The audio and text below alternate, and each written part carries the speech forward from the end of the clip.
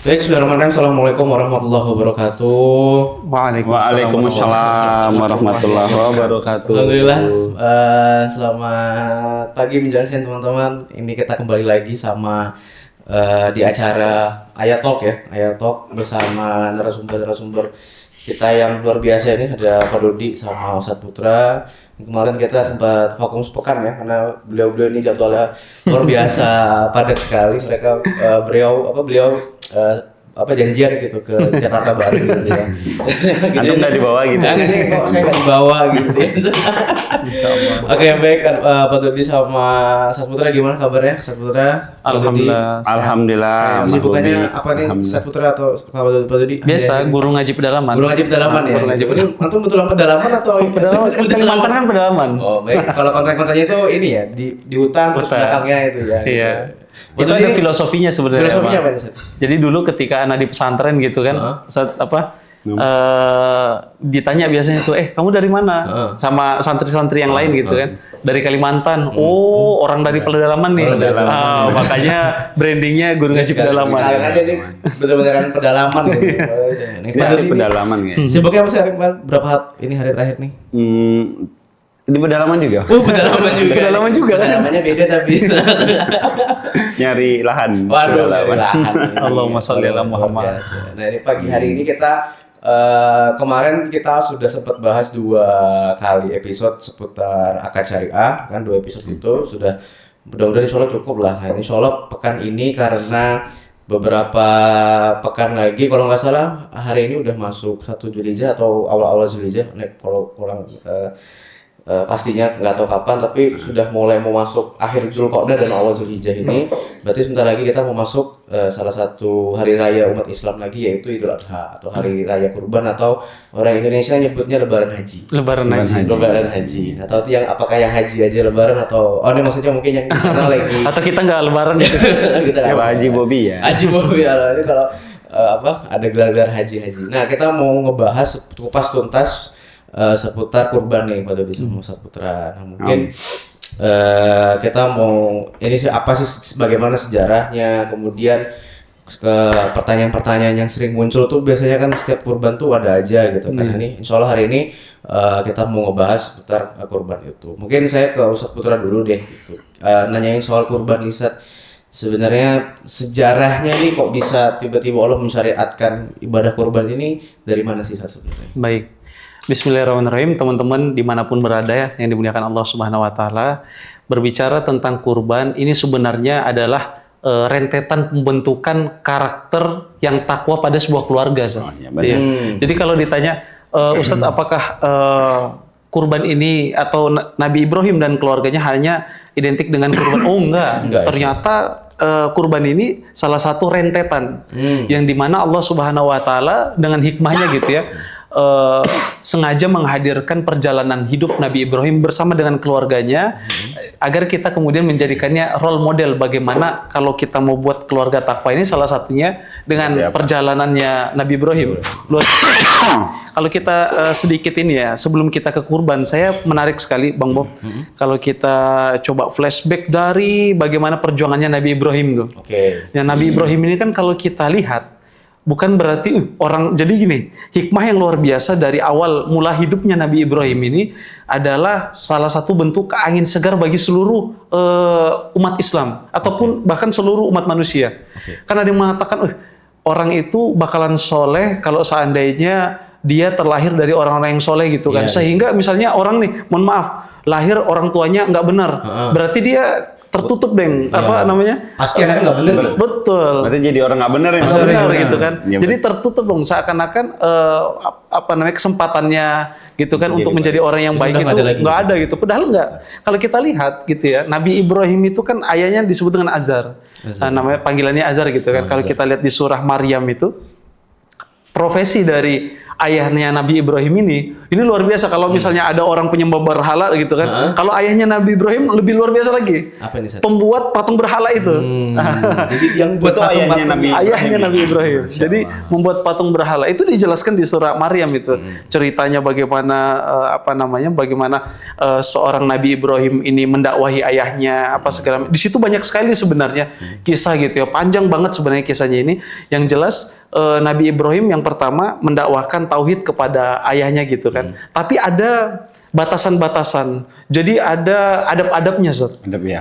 Jadi Nabi Ibrahim itu ketika menyampaikan risalah agama ini kepada ayahnya itu nggak mencak-mencak gitu kan. Nggak, ayah ini misalnya nggak benar gitu kan. Bikin patung berhala ini kan gitu. sesat apa nggak boleh Nah gitu. iya, Nggak jadi boleh. enggak, Nabi Ibrahim bahkan pelan-pelan menyampaikan ayah ini adalah sesuatu yang nggak disukai oleh Allah apa segala macam. Nah pada akhirnya nanti ayahnya kan mengatakan berhenti la arjumannak, jadi berhenti wahai Ibrahim, kalau enggak la arjumannak, akan aku rajam kamu, maksudnya akan aku hukum kalau enggak berhenti ngomong masalah tauhid gitu kan.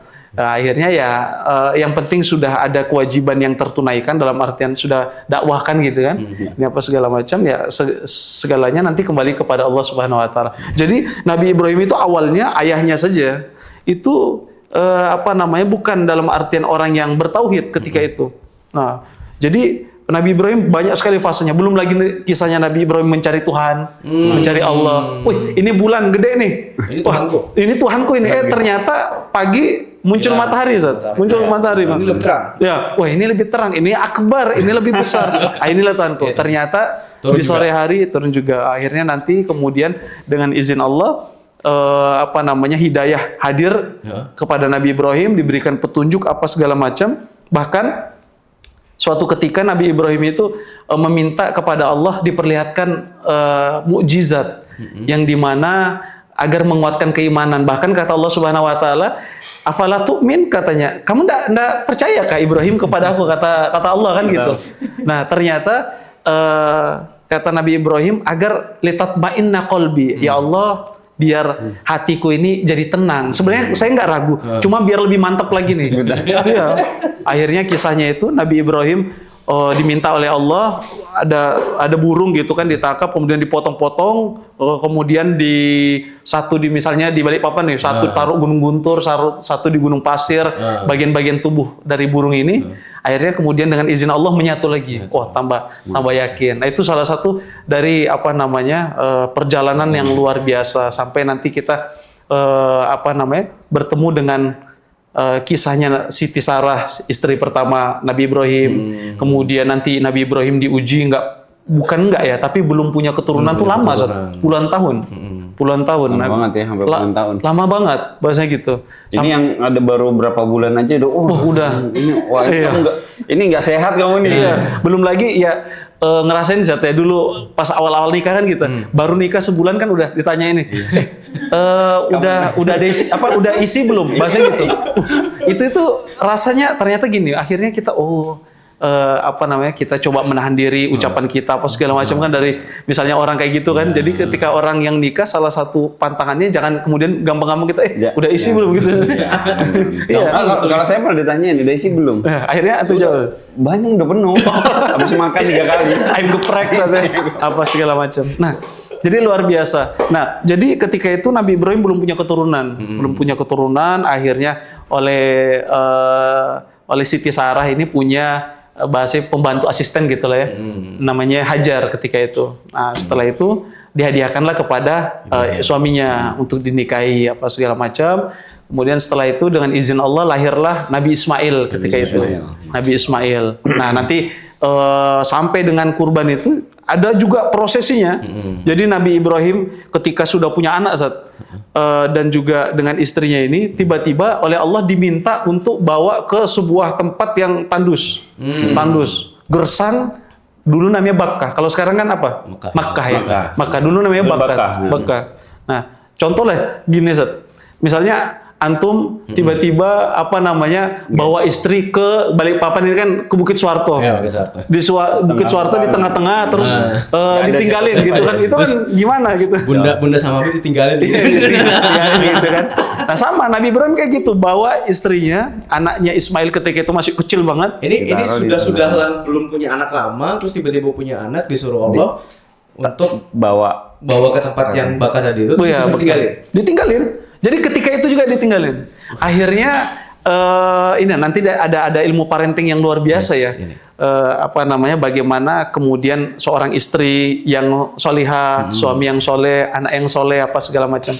Nah, next nanti insya Allah ya. Boleh, penasaran gitu ya. Oke, akhirnya kita masuk kepada kurban yang dimana suatu ketika Nabi Ismail itu sudah gede, misalnya kan antum punya ada anak laki-laki udah dewasa atau enggak mungkin umur belasan tahun 15 itu kan seneng tuh, lagi seneng-senengnya, lagi lucu-lucunya ya, atau enak kalau diajak ngobrol, diajak diskusi kan senang. Tiba-tiba Nabi Ibrahim ini didatangkan kepadanya mimpi di malam hari sekali, jadi itu mimpi bukan sekali dia, sekali terus mungkin Nabi Ibrahim bilang ini mungkin cuma mimpi aja lah gitu kan. Ternyata ada lagi mimpi yang sama. Mimpi yang ketiga, yang dimana dalam mimpi itu Nabi Ibrahim nyembelih anaknya Nabi Ismail. Nah, itu salah satu ininya. Masya Allah luar biasa. Padahal tuh anak udah ditunggu berpuluhan tahun nih. Puluhan tahun. Baru disuruh nyembelih. Pertama disuruh ditinggalin istri sama anaknya ditinggalin di tengah padang pasir, tandus, gitu. Tidak ada orang sama sekali. Nggak ada makanan, air juga. Masya Allah. Luar biasa. Nah nanti ada penyebab adanya air zam-zam gitu kan, apa segala macam. Nah akhirnya berkatalah Nabi Ibrahim yang diabadikan di dalam Al-Quran gitu ya, luar biasa sekali. Kata Nabi Ibrahim kepada anaknya, ini juga salah satu cara ya teman-teman dimanapun berada, termasuk cara ngomong ke anak, cara bersikap ke anak, apa segala macam gitu kan. Akhirnya Nabi Ibrahim mengatakan, ya bunayya. Jadi kalau dalam bahasa Arab itu kan misalnya kita manggil anak gitu kan, ya ibni, wahai anakku gitu, ya ibni. Nah tapi kalau ada kata ya bunayya, bunayya itu kayak bahasa yang ini bahasa yang sastra banget. Wahai anandaku, gitu dia. Kalau kita kan, nak sini nak, misalnya itu gitu. Biasa kan. lah itu ya. Itu kan biasa. Itu biasa. Ya. Tapi kalau Bobby dipanggil gimana? Gimana? Ya dek paling. Apa lu di situ? Jadi gitu. Jadi ada ada sebuah panggilannya ini ya. betul halus. Adabnya gitu. bagus ya. Adabnya bagus. Jadi ternyata adab itu bukan hanya anak ke orang tua, tapi orang tua kepada anak. Jadi Nabi Ibrahim itu bilang, ya bunayya, wahai anandaku tercinta. Gitu kan? Itu kan kita kayak, apa sih lebay banget gitu. Nah, ternyata di situ ada ada maksudnya. Nanti terjalinlah hubungan yang harmonis, hubungan yang gak kikuk bahasa gitu kan. Kita kan biasanya kaku gitu kan sama anak apa segala macam. Nah, ngobrol aja agak susah ya. Iya, agak susah gitu. Apalagi bapak-bapak biasanya. Apalagi ya cari suasana tuh susah. Ya. Apalagi kalau mau Bobby juga ada malas gitu. Sampai-sampai kalau lagi duduk sama ayah misalnya gitu kan, Bang Bobby nanya, Pak kerja di mana lu? Sumben nanya ada yang ngomong. Pak tinggal di mana gitu. Saking kakunya ya. Saking kakunya. Nah, akhirnya kata Nabi Ibrahim, ya bunayya, ini arafil manami anni adzbahuka. Wahai anandaku tercinta, tadi malam saya ini mimpi dalam mimpiku, anni adzbahuka, saya itu menyembelihmu. Fanzur maza taro, kata Nabi Ibrahim. Kira-kira menurut pendapatmu bagaimana? Jadi Nabi Ibrahim ini juga di satu sisi mau meyakinkan diri sebenarnya. Jadi bukan kemudian ragu, enggak, cuma lebih meyakinkan diri. Nak, gimana kira-kira menurutmu? Saya itu tadi malam nyembelih kamu. Pendapatmu gimana? Jadi ada diskusi. Tanya gitu coba. Jadi berarti bapak aneh nih, Bob. Bapak tadi mimpi nyembelih kamu gimana? Gimana? Kamu mau nggak? Kan kalau mau sini terus siapa? Kalau sebagai anak sekarang, bapak gila. Kalau saya gitu. Terus antum bilang gini, mau sekarang apa nanti Pak? Gitu. Jadi kan orang bakalan ini bukan main-main, ini nyembelih loh kan. Misalnya Bob tadi malam ayah mimpi gelitikin kamu kan. Biasa gitu kan. Ini nyembelih. Nah, akhirnya kata Nabi Ibrahim, fanzur mazataro. Menurut kamu tuh gimana? Menurut Ananda tuh gimana? Mimpinya ayah gitu kan.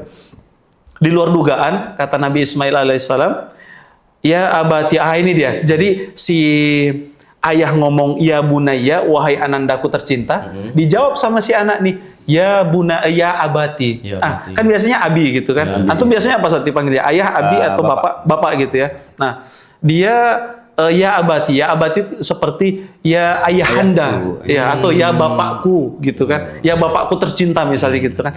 Ya abati bukan ya abi. Ya abati if'al ma tu'mar satajiduni insyaallah minas sabirin. Wahai ayahandaku tercinta, silakan kerjakan apa yang diperintahkan Allah. Nanti engkau insya Allah akan mendapatiku termasuk orang yang sabar, bahasa gitu. Jadi saling menguatkan ini, Ustaz. Dan ini saling menguatkan ya. Saling menguatkan. Jadi bukan di satu sisi, Ustaz, ini kayaknya sinetron. Enggak, bukan sinetron. Bukan kemudian nanti ditulis di skrip ya bilang wahai ayahandaku, enggak. Ya itu memang sudah komunikasi harian ternyata. Natural aja gitu ya. Kan kadang kita mau bilang wahai anandaku tercinta, biasanya orang tua kayak lebay banget gitu. Iya, kayak kesannya kayak gimana? Kayak seakan-akan kita ini kita merendah. Enggak, bukan merendah sebenarnya, tapi mengajarkan adab itu kan by doing gitu ya. Learning by doing gitu kan. Nah, jadi contoh gitu ya. Betul. Jadi itu salah satu awal muasalnya kenapa kemudian ada syariat kurban tadi. Nah, akhirnya Nabi Ibrahim itu kemudian Nabi Ismail ngasih pesan dulu. Memang nggak dijelaskan dalam ayat itu, tapi dijelaskan oleh para ulama. Nabi Ismail itu memberikan pesan kalau seandainya mau nyembeli, tolong tanganku diikat yang kuat. Kemudian sembelihlah dengan cepat dan dengan pisau yang tajam. Bahasa gitu. Ini Nabi Ismail udah prepare sebenarnya. Iya. Nah ini saya ke Pak Dodi mungkin, karena kan ini tadi kaitannya sama ternyata ibadah kurban itu tidak melulu hanya soal menyembelih hewan saja. Memang di awalnya ternyata sejarahnya ini tuh cerita ayah dengan anak gitu kan ya. Nah itu kalau Pak Dodi menyikapi atau menanggapi atau tadi mendengarkan cerita Nabi Ibrahim dan Nabi Ismail ini gimana sih Pak? Ini ceritanya sih luar biasa. Kalau Bismillahirrahmanirrahim. Assalamualaikum warahmatullahi wabarakatuh. Waalaikumsalam warahmatullahi wabarakatuh. Kalau dari sisi pengusaha ya, atau dari sisi kita sebagai orang yang praktisi di bisnis, itu kita menanggapinya sebagai bentuk dari ketaatan kita kepada Allah Subhanahu wa taala. Masya Allah. Jadi kurban itu ya bentuk ketaatan kita, termasuk tadi kita lihat kan tadi Ustadz Putra itu menyampaikan sejarahnya kurban itu seperti apa, dan memang tidak lain tidak bukan karena memang ketaatan seorang anak ya, seorang anak kepada ayahandanya kepada Allah yang memerintahkan beliau untuk melakukan penyembelihan kepada anaknya, dan anaknya pun juga akhirnya mengikuti ayahnya karena demi ketaatan kepada Allah Subhanahu wa taala. Nah, itu kalau dari sisi praktisi bisnis ya, kita juga orang awam pasti sama juga ya. Seperti itu. Yang kedua, membersihkan harta dan jiwa. Jadi sebenarnya juga dari kita tuh kan sering ini ya ngeluarin kan ada income tuh, ada income keuntungan gitu. Ya keuntungan ada revenue pendapatan, income kalau orang bilang omset lah gitu. Terus nanti dikeluarkan di situ ada keuntungan, ada biaya operasional dan sebagainya. Nah, mesti harus ada yang harus dikeluarkan itu bagian dari sedekah. Nah, kurban sendiri ini juga bagian dari sedekah. Itu untuk apa? Untuk membersihkan harta dan jiwa. Gitu. Terus yang ketiga itu ya tanggung jawab sosial. Jadi kita tuh memiliki tanggung jawab sosial terhadap masyarakat di sekitar kita. Jadi jangan sampai nanti di hari raya, Ustadz, tidak ada yang bisa makan, tidak ada yang bisa. Jadi gini, orang-orang kaya berkurban, mungkin yang lainnya pada makan daging ya. Nah, si ini enggak. Ada yang ya orang-orang yang kalangan mungkin kita tahu lah ya, mampu gitu sekali tidak mampu, bahkan jangankan beli daging, beli beras saja susah. Bahkan bisa jadi satu hari dia punya anak 5 gitu, 1 kilo bisa dibagi 5. Sementara kalau di rumah Bobby 1 kilo sehari Bobby. Sekilo buat saya sendiri. Sekilo buat saya sendiri. Bisa sekali kita juga gitu ya. Kalau saya 5 kilo sih. 5 kilo sebulan. Sebulan, Masya Allah. Banyak makan gimana? Entertain orang ya. Ya. Jadi ada ini apa sih namanya sebenarnya bukan hanya muamalah kepada Allah. Betul. Kurban ini juga tadi disampaikan oleh Sadodi bahwa ada apa namanya kalau ke atas itu vertikal atau horizontal? vertikal. Ada ibadah vertikal, ada horizontal. Betul. Muamalah kepada Allah tadi disebutkan juga biar kurban ini bukan hanya orang-orang yang mampu saja, orang yang banyak hartanya bisa ngerasain Betul. nikmatnya daging karena kan daging itu istilah gini Sat, ya apa? Barang mewah ya, Barang mewah, makanan ya. betul. Iya. Kalau dalam strata makanan daging itu termasuk yang tinggi lah. Iya. Iya, yang benar, tinggi. Gak semua orang bisa merasakan daging itu setiap hari. Betul. Gitu, ya. Kan biasa orang ya paling makan sate, sayur tempe misalnya gitu. Betul. Sate itu. Termasuk sate loh. Ayo tempe. Sayur tempe. Itu berarti kan POV atau perspektif Pak Dodi kan sebagai pengusaha ternyata tidak hanya di hari raya kurban saja seorang pengusaha ini berkurban, tapi sebenarnya hari-hari itu kan harta itu kan kalau tadi konteksnya Nabi Ibrahim dengan anak kan ayah dengan sesuatu yang anaknya dicintai gitu kan. Kemudian kalau seorang pengusaha ya siapa sih yang nggak mencintai harta atau duitnya gitu kan. Ini Pak Dodi juga. Rata-rata memang pengusaha itu mengumpulkan harta sebanyak-banyaknya dan mayoritas pasti ya mencintai harta. Iya. Kenapa? Karena mereka itu menjadi kebanggaan tersendiri untuk wah saya punya harta sekian miliar, sekian ratus juta, sekian T gitu kan. Itu menjadi kebanggaan tersendiri pencapaian seorang pengusaha ya atau pedagang atau kalau di dalam zaman Rasulullah itu kan berniaga ya. Betul. Orang yang berniaga. Berniaga. Nah itu tadi yang tanggung jawab sosial. Terus yang keempat itu investasi kita menuju akhirat. Kenapa? Jadi pengusaha ini sebenarnya bukan ya khususnya pengusaha muslim. Mereka tuh mengumpulkan harta atau mereka melakukan kurban itu yang mereka kurbankan, harta yang mereka kurbankan itu untuk sebagai investasi akhirat mereka. Investasi akhirat mereka untuk apa? Buat apa sih kita ngumpulin duit banyak? Emang kita kayak ya Chinese aja nggak percaya ya? Iya. Meskipun aktualnya mereka kadang dibakarkan uang atau dibawakan ini di emas hartanya mereka di dalam kuburan. Tapi mereka percaya, ya nggak percaya juga sebenarnya karena itu adat istiadat. Nggak percaya juga kalau bakal bisa dibawa ke sana gitu loh. Yang hanya bisa dibawa tuh amal kita itu. Jadi sebagai juga investasi akhiratnya orang-orang yang mengumpulkan harta. Nah, terus yang kelima itu momentum rasa syukur, Ustaz. Betul. Rasa syukur kita udah dikasih nih banyak. Jangan gini nih, kadang ada pengusaha tuh dia udah omset triliunan misalnya atau miliaran misalnya. Nggak usah ratusan aja deh. Ratusan kan istilahnya kalau ngebeli, anggaplah dia punya omset 100 juta ya. Paling kalau ngebeli ayam tuh kan cuma sekian ini. Sekian persen. Misal ayam ya. Iya, misal ayam. Sebenarnya nggak ada kurban ayam. Nggak ada. Minimal kambing ya. Kambing. Nah jangankan kambing, ayam aja tuh mikir mereka untuk ini. Nah itu ada yang kayak gitu. Jadi makanya pentingnya kita sadari bahwa dalam konteks kita bermuamalah atau berbisnis itu ya apa yang kita dapatkan itu dalam kita tuh wajib mensyukuri. Jadi dalam momentum kurban ini salah satunya ya rasa syukur kita. Rasa syukur kepada Allah Subhanahu wa taala. Kita udah dikasih omset, udah dikasih pendapatan yang luar biasa, berbeda dengan karyawan atau orang-orang yang lain. Nah, itulah momentum kita untuk mensyukuri rasa syukur. Jadi kalau bisa misalnya satu kambing. Sebenarnya bukan nggak bisa, cuman orang tuh terkadang untuk sedekah itu untuk kurban itu hitung-hitungan gitu. Hitung-hitungan. Untuk Allah itu hitung-hitungan. Jadi kalau sama Allah itu hitung-hitungan, ya siap-siap aja. Allah juga kan berhitung sama dia, terutama untuk memberikan rezekinya. Nah itu. Jadi kalau bisa satu, alhamdulillah. Kalau bisa dua. Kalau bisa tiga. Kan nggak apa-apa ya, Ustaz. Mau kurban banyak ya, Ustaz. Benar. Jadi nggak ada batasannya. Nggak ada batasannya. Sebanyak-banyaknya, maka lebih banyak lagi kebaikan-kebaikan di dalamnya. Khususnya ini, Betul. Pak Dodi misalnya mau kurban bisa kan tadi ada anggapan satu sapi itu buat 7 orang. Misalnya Pak Dodi, udah saya mau kurban 10 sapi gitu, itu nggak masalah. Nggak jadi masalah.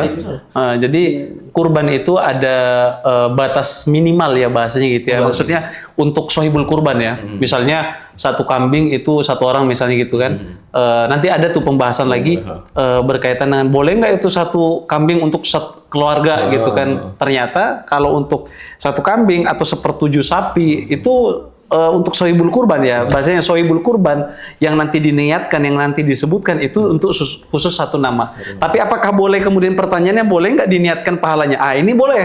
Ya, para ulama sepakat berkaitan dengan bolehnya diniatkan kebaikan dari kurban ini untuk kepada keluarga semuanya gitu. Misalnya kan kita punya anggota keluarga satu rumah itu misalnya 7 gitu kan. Satu orang saja nyembelih itu diniatkan pahalanya bisa kepada keluarga yang lain.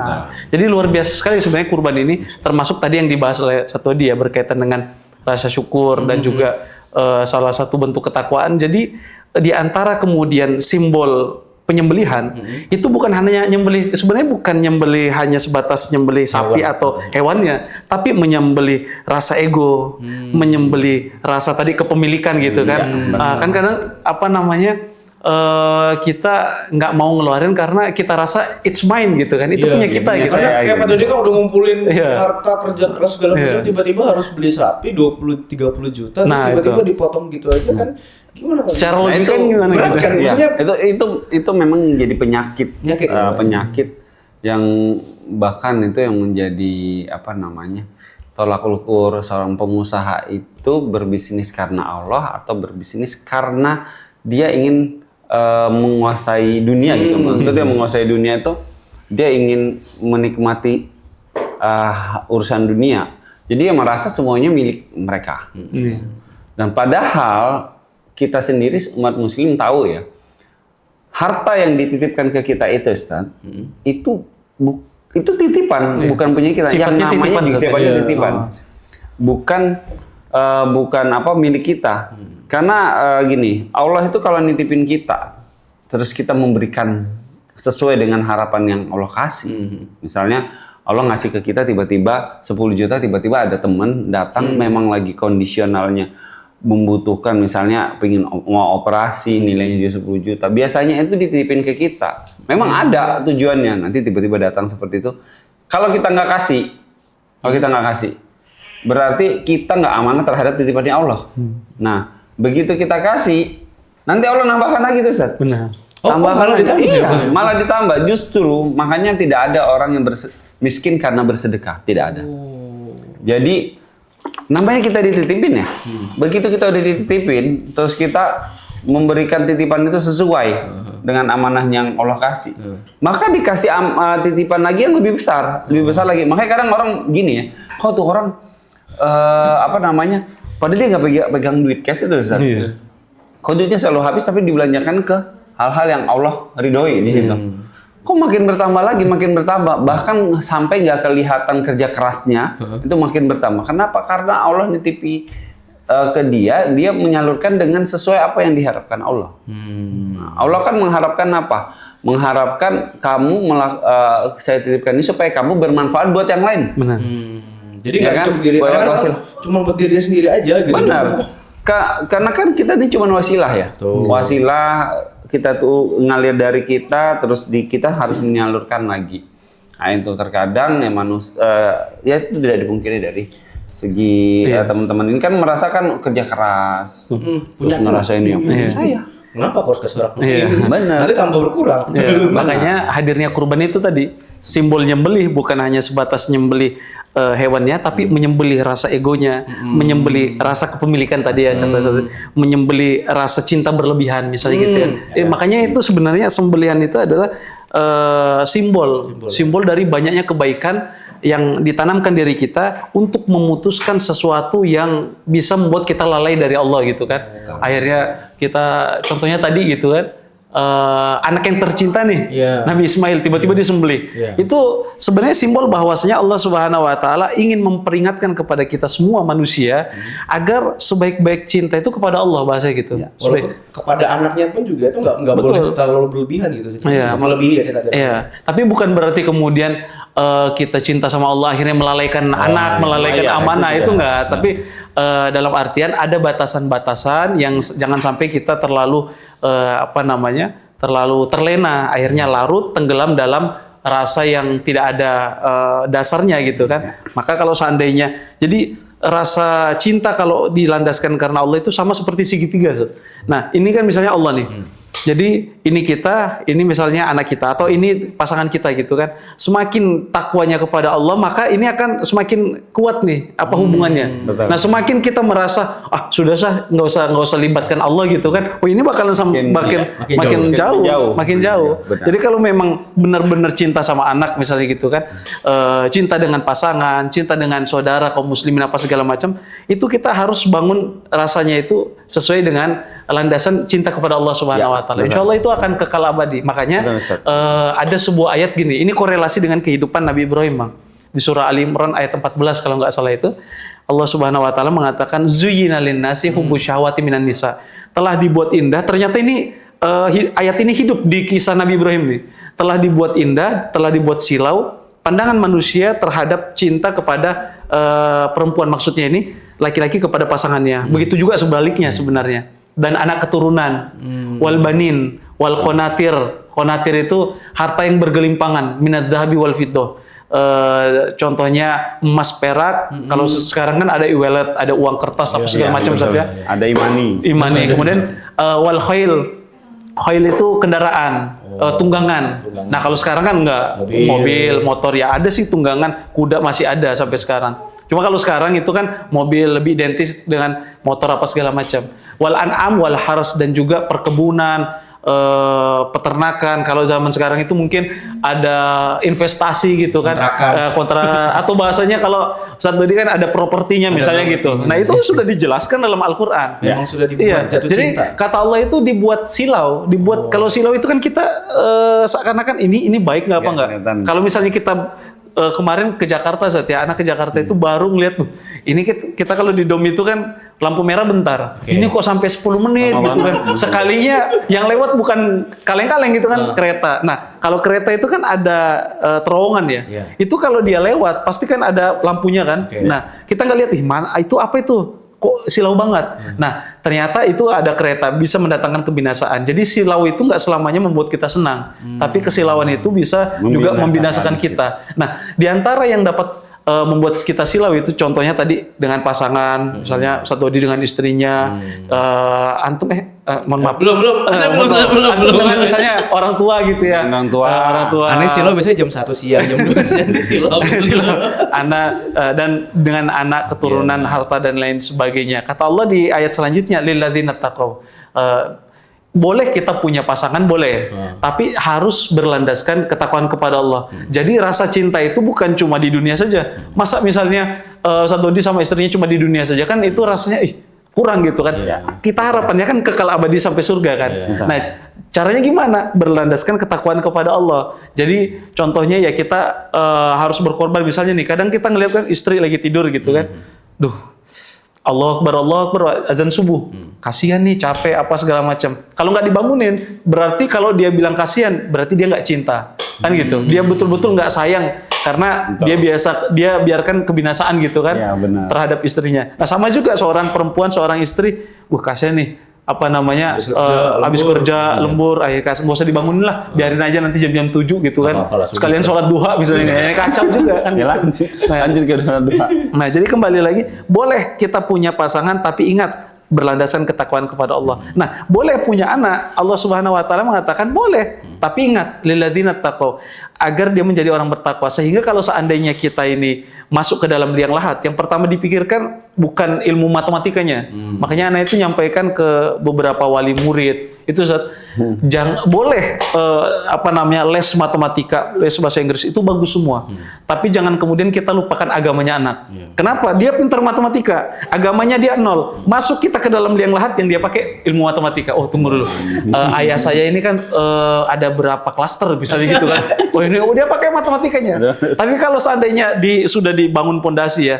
Salah satu misalnya beberapa anaknya ini sudah dikuatkan agamanya. Ketika dia misalnya ayahnya masuk ke dalam liang lahat, dia pikirkan, entar dulu. Sebelum saya kembali ke rumah duka, saya mampir dulu ke pesantren, mampir dulu ke panti asuhan, saya panggil anak-anak yatim, piatu, tangan yang mulia gitu kan. Adik-adik, orang tua saya baru kembali, baru diwafatkan oleh Allah, saya datang ke sini, saya mohon doanya agar diberikan kenikmatan kubur ayah saya, dilapangkan apa segala macam. Karena itu kalau bertakwa. Nah, makanya dalam momen kurban ini luar biasa sekali. Takorup kan dia artinya mendekatkan diri. Boleh kita punya harta nggak jadi masalah. Tapi sebenarnya orang yang cinta harta itu dia harus berambisi dengan hartanya. Maksudnya apa? Jangan sampai harta ini cuma hanya di dunia aja. Iya, betul Ustaz. Ya, jadi tadi kan dijelaskan ini ada amanah kepada orang lain. Maksudnya biar harta kita boleh nggak Ustaz tamak kepada harta? Boleh. Kita boleh nggak cinta banget sama harta? Boleh. Rasa cintanya itu atau pengaplikasikannya dengan cara harta ini bukan cuma di dunia saja, properti saya bukan cuma di dunia saja, saya pingin properti saya ini sampai ke akhirat, harta saya ini sampai di akhirat. Mungkin Pak Dodi di akhirat sana punya klaster sendiri. Amin. Harapannya gitu. Mungkin klaster di sini dapat klaster di akhirat. Jadi gini Ustaz,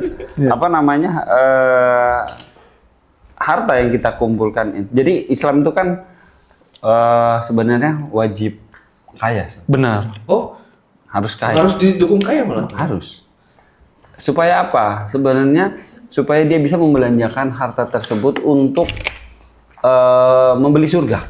Membeli surga itu dalam konteks bukan pakai kita beli surga duit enggak gini. Jadi harta mereka itu dimanfaatkan untuk kebaikan umat, kebaikan Islam, terutama untuk perjuangan Islam. Kalau di zaman dulu itu, di zaman Rasulullah itu ada Abdurrahman bin Auf, ada Ali bin Abi Thalib, ada Utsman bin Affan, terus termasuk Abu Bakar itu kan salah satu sahabat yang terkaya juga yang mensedekahkan hartanya keseluruhan. Semuanya ya. Keseluruhan pada perang Badar ya. Iya, jadi lomba-lomba gitu Ustaz ya. Ya. Ketika itu Umar bilang saya setengah.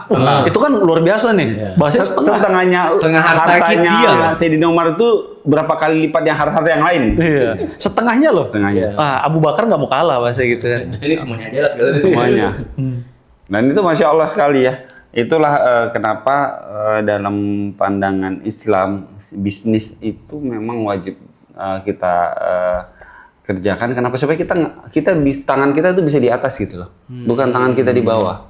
Jadi kalau kita tangan di bawah itu kurang baik. Benar. Yang lebih baik itu tangan di atas. Jadi kita bisa memberi manfaat ke banyak orang. Dan itu bisa membeli surga. Kenapa bisa membeli surga?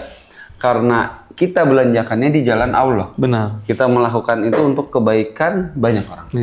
Jadi kalau kita bilang, udahlah kita jadi seorang muslim nih zuhud. Ya udahlah gembel aja misalnya kayak gitu. Ini aja dunia apa sih? Betul apa? Nah sebenarnya itu keliru. Makna zuhud itu kan nggak kayak gitu. Makna zuhud ini tadi udah disampaikan Ustaz tadi bahwa makna zuhud ini kita memaksimalkan apa yang Allah berikan kepada kita dalam bentuk amanah ini untuk kebaikan-kebaikan yang lebih banyak. Loh, contohnya aja tadi disebutkan Abdurrahman bin Auf, Utsman bin Affan. Itu sampai sekarang kalau nggak salah aset wakafnya ada masih ada. Masih ada yang kebun kurma ya. Itu masih menghasilkan saat ini. Menghasilkan. Dan sebagian besar bahkan ada yang dari Aceh itu, dari Aceh itu Indonesia. Iya.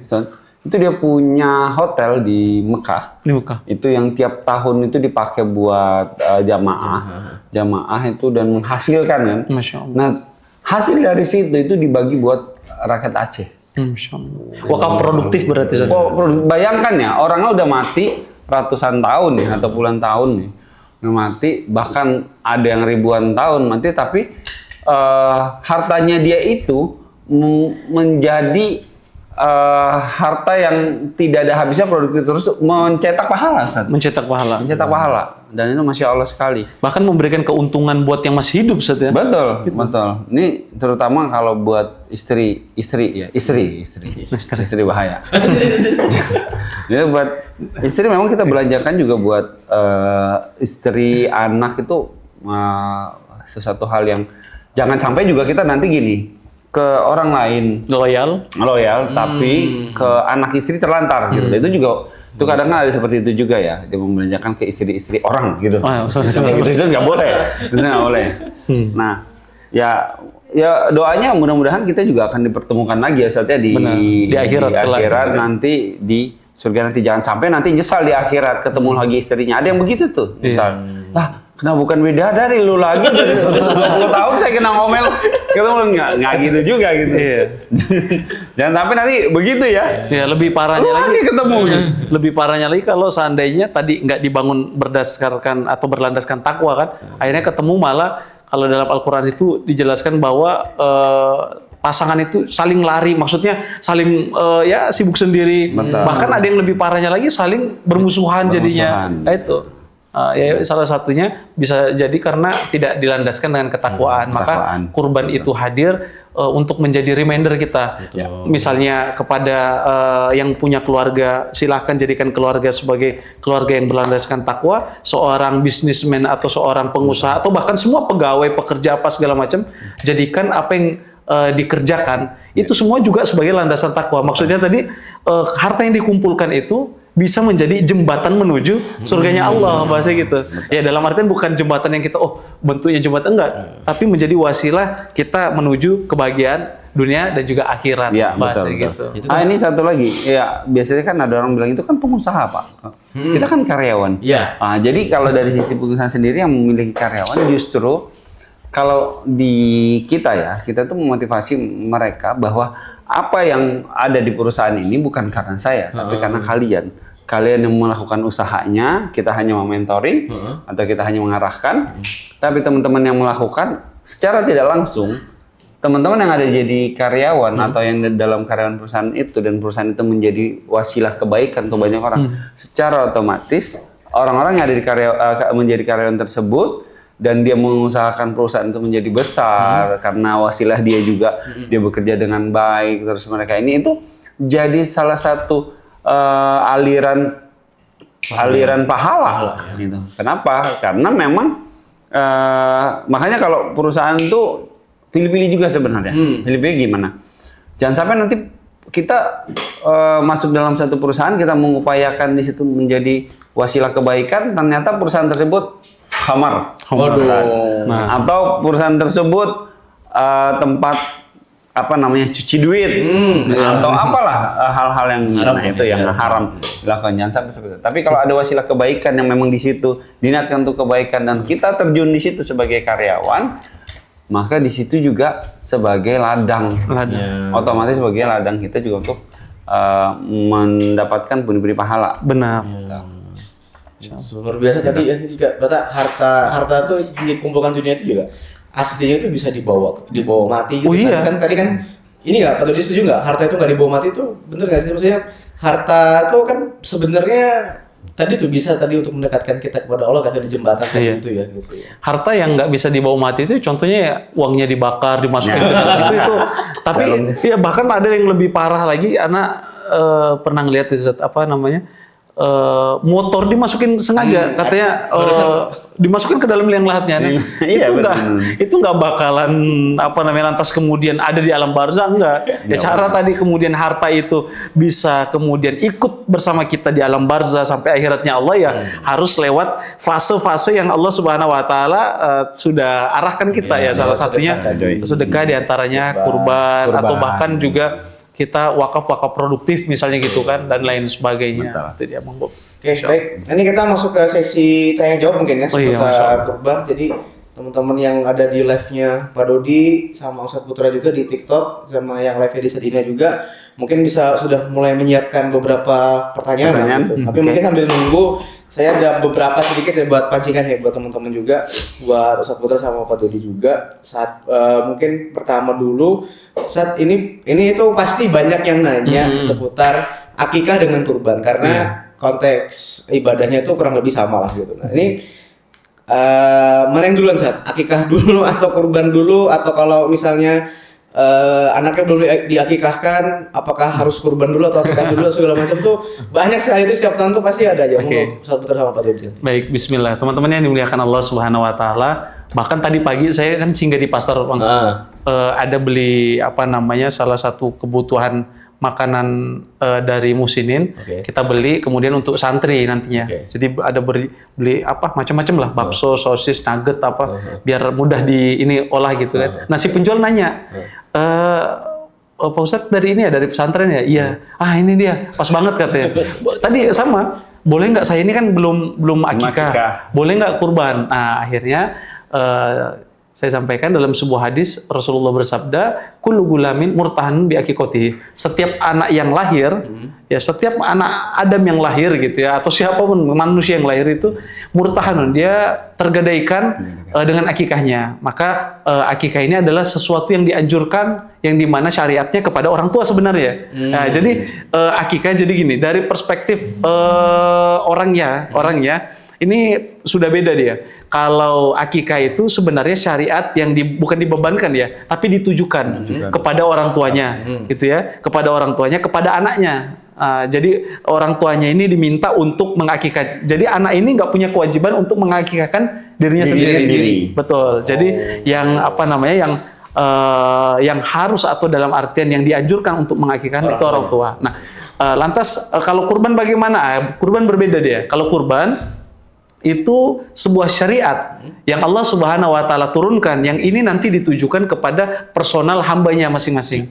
Dalam artian kurban itu misalnya untuk Bang Bobi gitu kan. Walaupun nanti bisa diniatkan pahalanya gitu ya untuk ayah, bundanya, orang tua atau saudaranya gitu, saudara kandung dan lain sebagainya. Ya, hanya saja bedanya tadi kalau akikah ini syariat yang ditujukan kepada orang tua, kalau untuk kurban itu untuk personal. Nah, kemudian apakah yang mana dulu nih? Yang mana dulu? Nah, teman-teman yang dimuliakan Allah Subhanahu wa taala, perlu kita ketahui bahwa mayoritas ulama, walaupun nanti ada khilaf di antara ulama, mayoritas ulama berpendapat bahwa akikah kurban ini sunnah muakkadah, sesuatu yang ditekankan, sunnah yang muakkad. Memang ada yang mengatakan wajib juga, tapi sebagian kecil. Nah, sunnah muakkadah. Nah, lantas yang mana yang kita dahulukan? Yang ternyata dalam hal ini para ulama berpendapat yang paling dekat dengan waktunya. Misalnya gini, kurban kan kapan ini? Kira-kira 2 pekan lagi ya? Pekan lagi lah. Kurban 2 pekan lagi. Kemudian misalnya ada anak yang lahir nih hari ini. Berarti kan lebih dekat akikah kan daripada kurban gitu kan. Nah, maka kalau seandainya memang ada rezeki untuk yang mana dulu nih? Cukup untuk akikah dan kurban. Nah, silakan akikah dulu. Ternyata besoknya kurban, hari ini anaknya lahir. Kalau orang yang lahir atau anak yang lahir kan disunahkan 7 hari ya. 7 hari, 14 hari, 21 atau bahkan lebih, kapan mampu orang tuanya.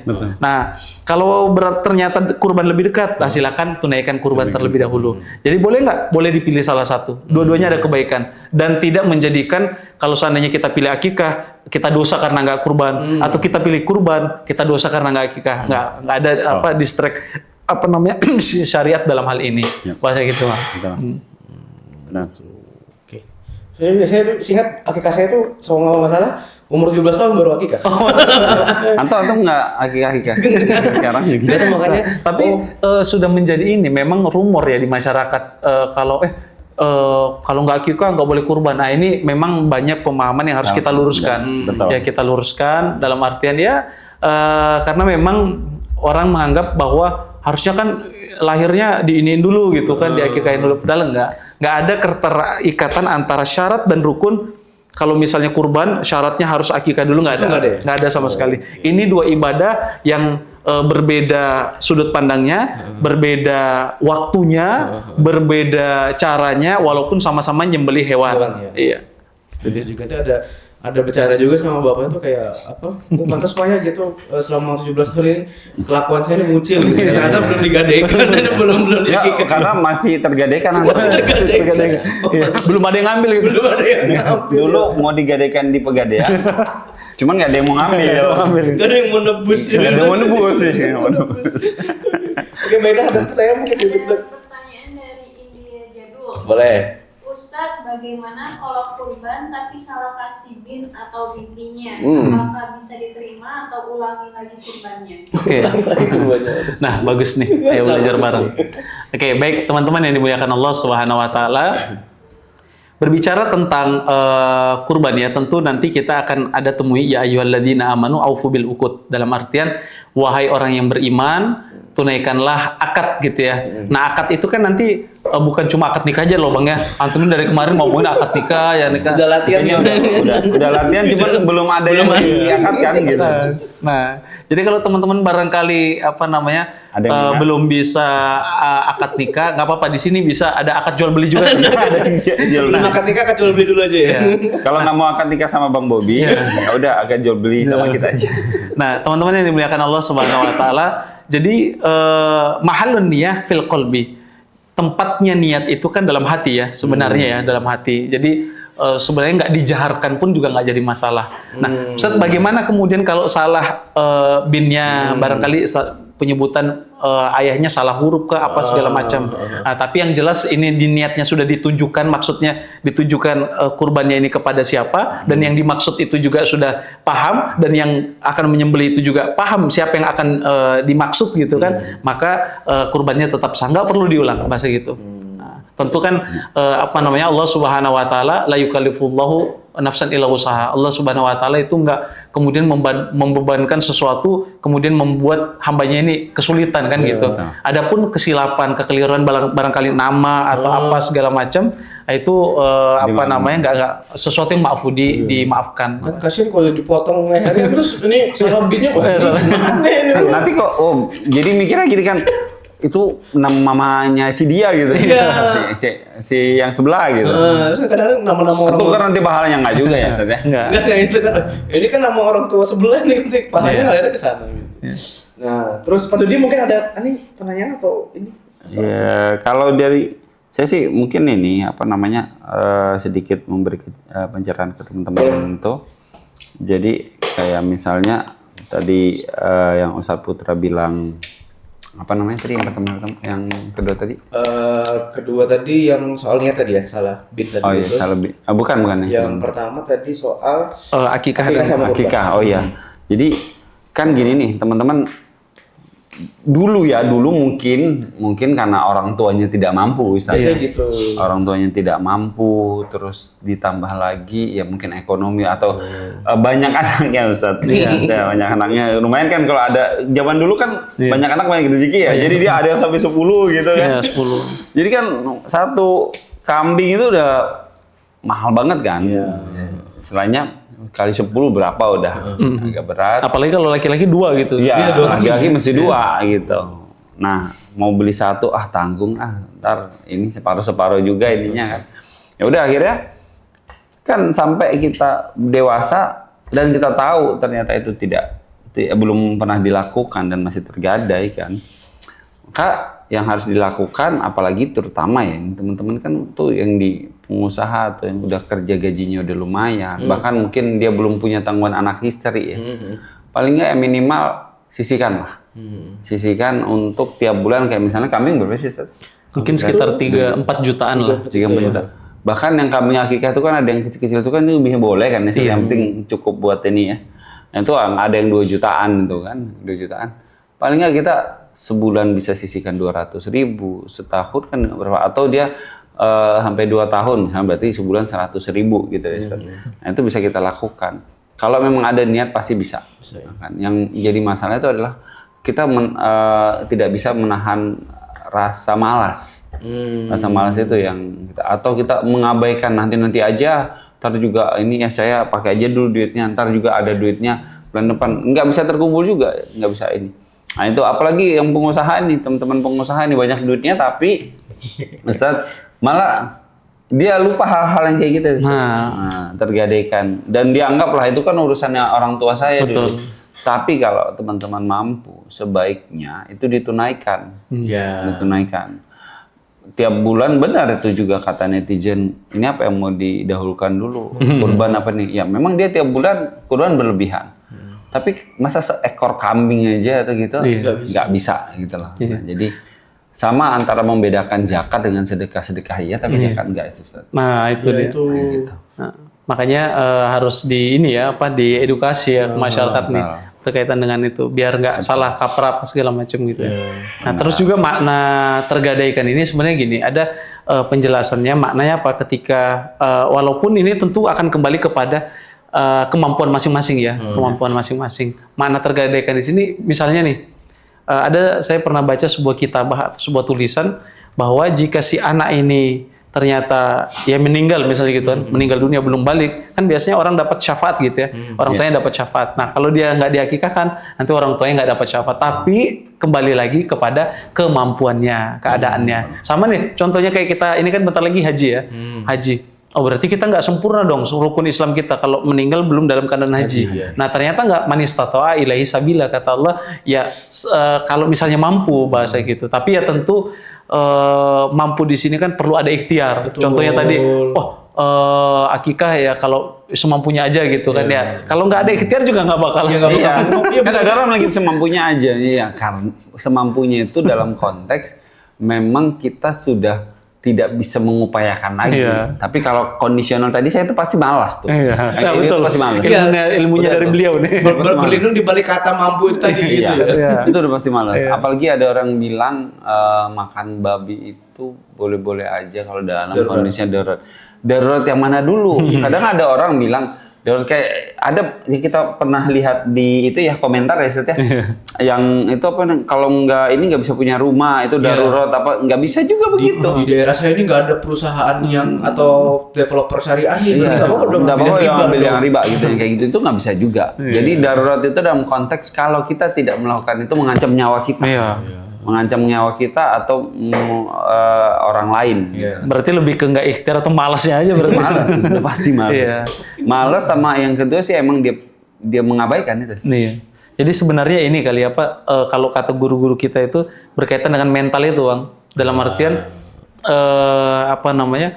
orang miskin itu sebenarnya bukan miskin atau orang kaya itu bukan kaya, tapi mentalnya dia. Mentalnya kayak. Misalnya contohnya kayak apa nih misalnya tangan lengkap gitu kan, kaki lengkap, panca indera lengkap lah bahasa gitu. Oh saya ini nggak bisa. Nah itu sebenarnya bukan dia miskin, tapi mentalnya miskin. Betul. Mentalnya miskin. Itu yang sulit untuk kemudian berkembang. Kalau sudah dari basicnya mentalnya udah kayak gitu ya akan mustahil gitu dia.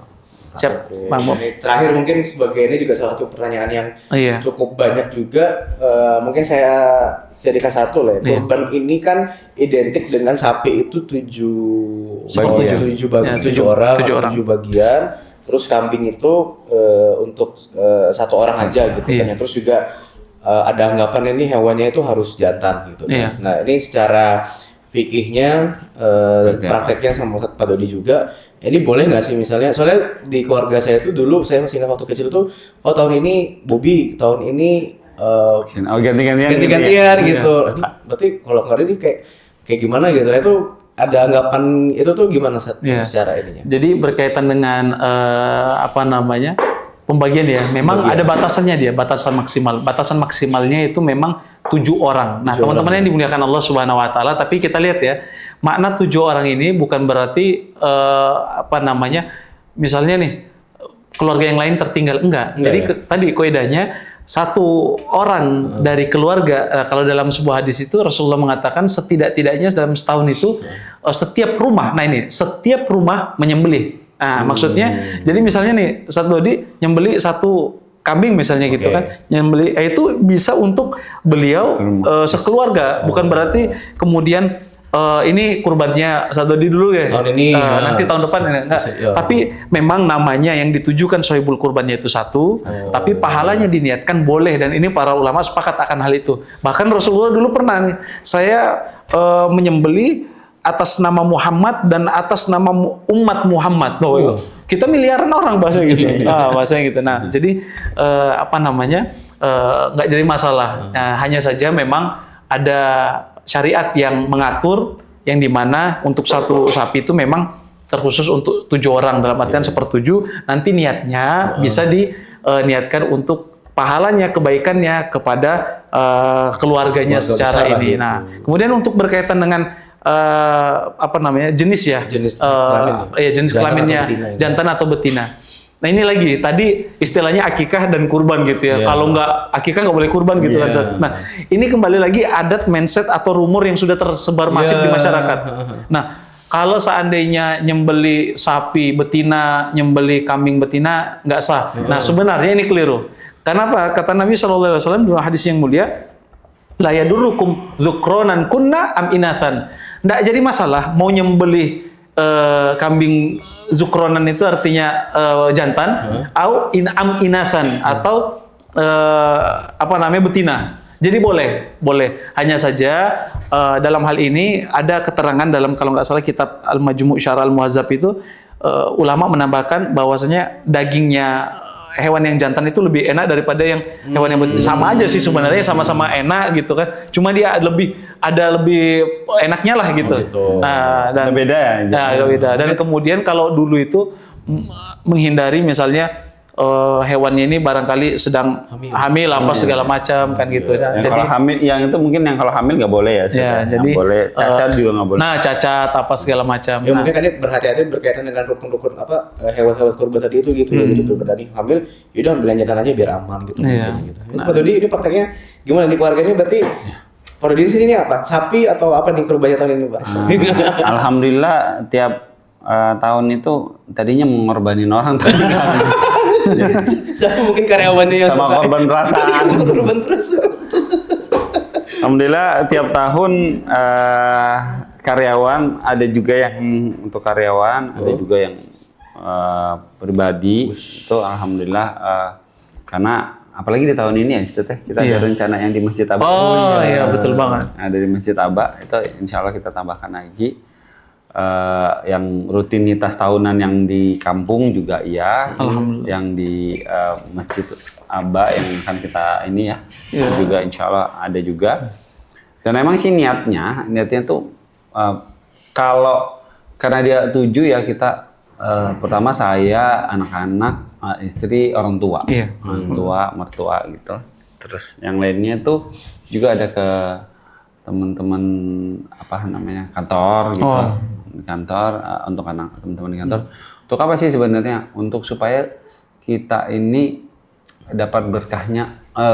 Kan saya dinalainin di perusahaan tempat kita melakukan kegiatan itu semuanya itu dianggap keluarga. Jadi kita niatkan juga mereka untuk diri mereka dan keluarga mereka juga. Seperti itu. Insya Allah mudah-mudahan itu jadi keberkahan dan kebermanfaatan buat banyak orang yang tadi itu membelanjakan harta ke jalan yang Allah ridhoi. Jadi manfaat buat orang banyak. Alhamdulillah. Nah, jadi teman-teman jangan lupa juga tadi apa namanya kurban di Masjid Abdurrahman bin Auf. Jadi kita ada program namanya bertabur berkah. Nah, itu sebenarnya ada filosofinya dia. Apa nih? Kenapa bertabur berkah? Karena gini, bertabur berkah itu ketika kebaikan-kebaikan menjadi terakumulatif menjadi satu. Dalam artian satu kebaikan ternyata banyak kebermanfaatan. Nyembelinya sama, tapi di situ nanti ada pahala kurban.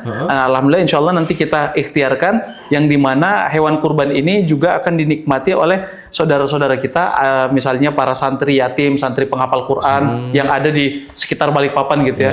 Jadi bukan hanya kita saja ya gitu ya. Jadi lebih banyak kebermanfaatannya. Tadi pahala kurban dapat, pahala sedekah untuk para santri penghafal Quran dapat, ini daging mereka makan, jadi darah daging mereka jadikan tenaga, mereka hafalan Quran, mereka sholat, mereka sujud, mengalir pahala daripada setiap amal kebaikan setiap detiknya kepada orang yang berkurban tadi. Makanya tadi bertabur berkah tuh, bukan hanya sebatas kurbannya saja, tapi ada pahala-pahala kebaikan yang sifatnya itu amal jariyah yang menjadi harapan kita untuk ini. Insyaallah. Luar biasa itu. Jangan lupa nih update terakhir ini sudah sapi satu ya dari Sadinalain dari Pak Dodi, satu lagi nih masih OTW ya. Lagi OTW. Bismillah. Dari Kambingnya 2. Kambingnya sudah 2. Waduh, Masya Allah. Saya tuh mikir pas nyembelihnya aja sih sebenarnya. Agak jauh-jauh dikit Bang ya. Jauh-jauh dikit jadi mungkin saya nggak hadir mungkin pas nyembelih ya. Waduh, takutnya salah tarik nanti. Suka dibercandain begitu soalnya. Masya Allah. Oke, terima kasih Pak Dodi sama Ustaz Putra waktunya pagi hari ini luar biasa. Nanti kita lanjut mungkin di pekan depan masih ada waktu sebelum kurban, mungkin kita bahas pertanyaan-pertanyaan lagi yang Iya. mungkin nanti dari TikTok atau nggak live-nya Pak Dodi atau Sadina lain yang masih belum terjawab, nanti kita bisa teruskan di pekan depan. Insya Allah kita ketemu lagi di Senin depan. Terima kasih buat teman-teman. Ada ini semua. mungkin Bob satu kita mau umumin. Boleh apa nih? Itu mungkin mulai di minggu depan itu Oke. akan ada bagi-bagi rezeki yang rutin. Itu di setiap podcast nanti. Cuman kita harapkan teman-teman itu mengundang teman-teman yang lain. Oke. Kenapa? Karena bisa jadi wasilah rezeki buat yang lain. Kita emang lagi Sadinalin sendiri akan memplottingkan khusus Kegiatan dakwahnya itu ya? kegiatan dana dakwahnya sebagian untuk memberikan rezeki ke masyarakat, terutama dari orang-orang yang nonton di podcast ini. Tujuan utamanya mudah-mudahan dari podcast ini bukan hanya dapat ilmu tapi dapat keberkahan lain atau rezeki yang lain. Kalau di orang lain kan bikin kuis ya, Ustaz ya? Iya, betul. Nah, kalau di kita nanti akan kita bikin dapat rezeki dari kita, tapi dia paling nggak menyimak. Betul. Jadi apa yang ada di ini dia bukan hanya melihat atau menunggu hadiah, tapi dia dapat ilmu, benar-benar dapat ilmu. Karena kita akan memberikan pertanyaan atau memberikan ini supaya mereka bisa bertanya sama kita. Berarti nanti ini ya, teman-teman diajak buat resume gitu ya. Masya Allah. Tabarakallah. Jadi lumayan nih nonton podcast dapat Ilmunya. dapat ilmunya, dapat rezeki. Benar. Nonton itu kapan lagi? Benar. Dan itu bisa juga nanti di-share ke banyak teman-teman yang lain. Nanti yang nge-share terus teman-temannya pada ikutan juga nanti akan kita berikan, Kita kasih juga ya, lah, gitu. rezekinya. Gitu. Luar biasa ini. Gitu. Mungkin nanti ya besok jadi minggu depan jadi nonton aja kali. Ngajak aja, ini gantiin orang aja mungkin.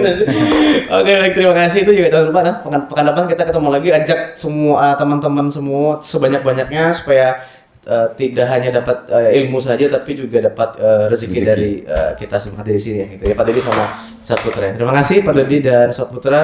Kita akhiri, cukupkan mungkin dengan doa kafaratul majelis. Subhanallah wa bihamdika. Terima kasih. Assalamualaikum warahmatullahi wabarakatuh. Waalaikumsalam warahmatullahi wabarakatuh.